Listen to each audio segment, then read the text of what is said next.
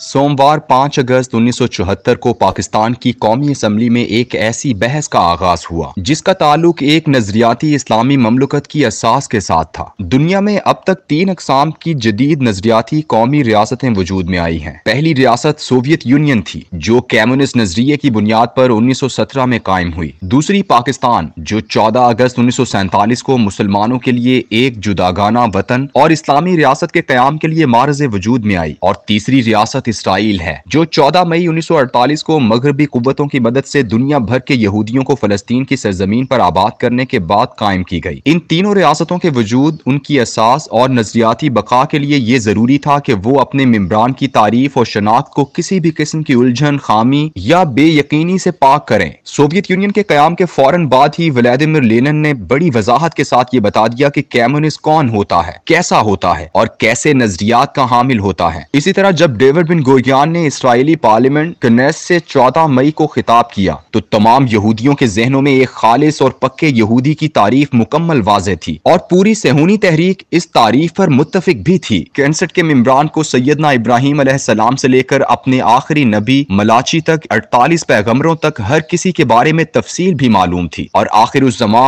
यानी and time में आने वाले अपने मसीहा के बारे में भी मुकम्मल मालूमात थी। यही वजह है कि आज तक यहूदियों में कोई ज़िली, बरोजी या कोई और बहरूपिया नबूवत का दावा लेकर पैदा नहीं हो सका। लाखों ईसाई राहिब आए लेकिन किसी ने भी एक यहूदी नबी होने का झूठा दावा नहीं किया। इसराइली रियासत में तो इस तरह का तसव्वुर करना ही एक संगीन जुर्म है। इस कदर एहतियात की गई कि इसराइल जो कि दुनिया का वाहिद मुल्क है जिसने 74 साल गुजरने के बावजूद भी सेक्युलर लिबरल आलमी कुव्वतों के दबाव को खातिर में ना लाते हुए अपने लिए आइन नहीं बनाया। इसराइल का आइन तौरात और तालमुद है। इसीलिए इस नजरियाती मजहबी रियासत इसराइल में यहूदियत की जो तारीफ ये इल्हामी किताबें करती हैं वही नाफिजुल अमल है। तीसरी रियासत पाकिस्तान है जिसकी नजरियाती असास इस्लाम है। इस रियासत के लिए कयाम के दिन से ही ये जरूरी था कि एक मुसलमान की जामे तारीफ भी कर दी जाए। तारीफ के 2 कानूनी या आईनी तकाजे होते हैं। एक को उमूमी तकाजा यानी जनरल क्लॉज कहा जाता है जिसके तहत ये बताया जाता है कि कौन कौन लोग मुसलमान हैं। लेकिन अगर कहीं मामला उलझ जाए और बात को मजीद वाज़ेह करना मकसूद हो तो फिर अखराज यानी एक्सक्लूजन क्लॉज का रास्ता इख्तियार किया जाता है। इस कानूनी तरीके के तहत यह बताया जाता है कि फलां शख्स इन वजूहात की बुनियाद पर इस गिरोह यानी मुसलमानों में शामिल नहीं है। दुनिया के पहले तहरीरी आइन मिसाके मदीना में रसूल अकरम सल्लल्लाहु अलैहि वसल्लम ने ये अखराज की शिक एक्सक्लूजन क्लॉज रखी थी जिसके तहत हर उस शख्स को रियासत मदीना की जिम्मेदारी से खारिज किया गया था जो दीगर बैरूनी कबीलों से मुआहदात करे। क़याम पाकिस्तान से बहुत अरसा पहले से ये बहस एक तहरीक की शक्ल इख्तियार कर चुकी थी कि चूंकि मिर्जा गुलाम अहमद कादियानी के दावा नबूवत के बाद पूरी उम्मत मुस्लिमा इस बात पर मुत्तफिक है कि इस्लाम और मुसलमान की जो तारीफ 1400 साल से मौजूद है उसके तहत नए नबी की ज़ुर्रियत को इस्लाम से खारिज करार दिया जाए। अल्लामा इकबाल रहमतुल्लाह अलैह का हुकूमत को इस सिलसिले में तहरीर करदा खत वाज़ेह है जिसमें उन्होंने कादियानियों को मुसलमानों से अलहदा करार देने के लिए लिखा था। कोई ईसाई सैयदना ईसा अलैहिस्सलाम को पैगंबर मानने के बाद दुनिया को ये कहकर बेवकूफ नहीं बना सकता कि चूंकि वो हजरत मूसा अलैहिस्सलाम को भी मानता है इसलिए वो दरअसल यहूदी है और उसे यहूदियों की तरह इबादतगाह बनाने का हक हासिल है और उसे दीवारे गिरिया पर यहूदियों की तरह इबादत करने का भी इख्तियार मिलना चाहिए। इसी तरह कोई शख्स अगर वो रसूल अकरम सल्लल्लाहु अलैहि वसल्लम के नाम का कलेमा पढ़ता है तो ईसाईयत ऐसे तमाम मुसलमानों को अपने मजहब से खारिज समझती है। सैयदना ईसा अलैहिस्सलाम के बाद किसी दूसरे नबी का कलेमा पढ़ने वाला ईसाई नहीं कहला सकता। यही वजह है कि आज तक कोई एक भी ऐसा दावेदार नबूवत ईसाईयत में पैदा ना हो सका जो पहले नबी होने का दावा करे और फिर साथ साथ वेटिकन सिटी के पोप के तख्त पर मुतमक्किन होने का भी ख्वाहिशमंद हो। ये सूरत हाल सिर्फ और सिर्फ मुस्लिम उम्मा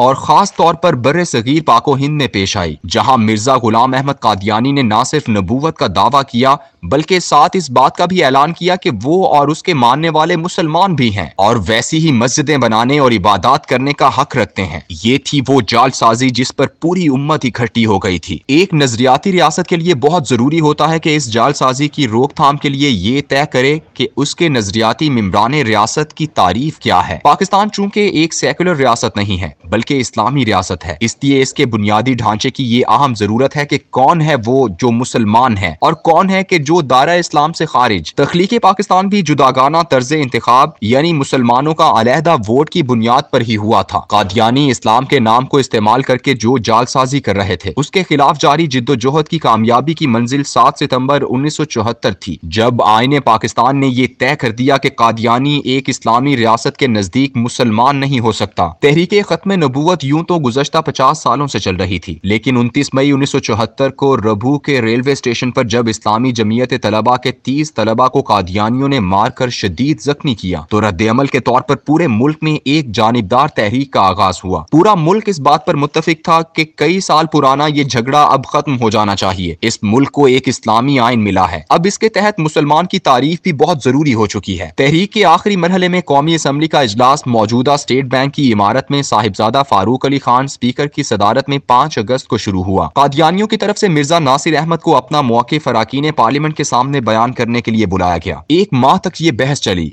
जो 866 सफ़हात पर मुश्तमिल है। इस असम्बली में मौलाना शाह अहमद नूरानी, मौलाना मुफ्ती महमूद, प्रोफेसर गफूर अहमद, अब्दुल मुस्तफ़ा अल ज़ाहरी और दीगर साहिबाने इल्म मौजूद थे, जिन्होंने इस पर सैर हासिल गुफ्तगू की। एक माह की तवील बहस के बाद अटॉर्नी जनरल याहिया बख्तियार के एक सवाल ने सारे मामले को एक ही लम्हे में समेट कर रख दिया। याहिया बख्तियार ने 28 अगस्त को मिर्जा नासिर अहमद से सवाल किया कि वो मुसलमान जो मिर्जा गुलाम अहमद को नबी नहीं मानते, आप उन्हें क्या समझते हैं? मिर्जा नासिर अहमद ने जैसे ही ये जवाब दिया कि वो हमारे नजदीक काफिर हैं, तो बहस वहीं खत्म हो गई और 7 सितंबर 1974 को आईने पाकिस्तान में दूसरी तरमीम मंजूर कर ली गई, जिसके तहत कादियानी गैर मुस्लिम अक़लियत करार दिए गए। ये किसी भी इस्लामी नजरियाती रियासत के लिए बहुत जरूरी था। नजरियाती रियासत में जालसाजों की गुंजाइश नहीं होती।